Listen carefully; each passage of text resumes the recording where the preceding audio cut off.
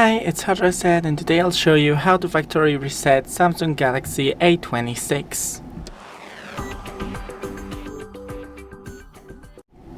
So first go into the settings and then find the general management.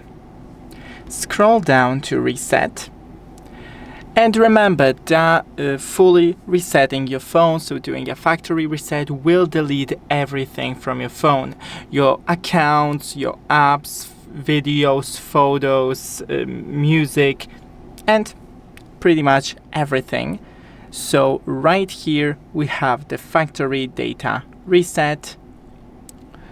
Yeah, as you can see, all data will be erased from your phone, including Google accounts, system and app data, settings, downloaded apps, music, pictures, all user data, service provider, apps and content, the description key for files on the SD card, and you can see the apps, the personal accounts, and just right here hit reset if you are 100% sure.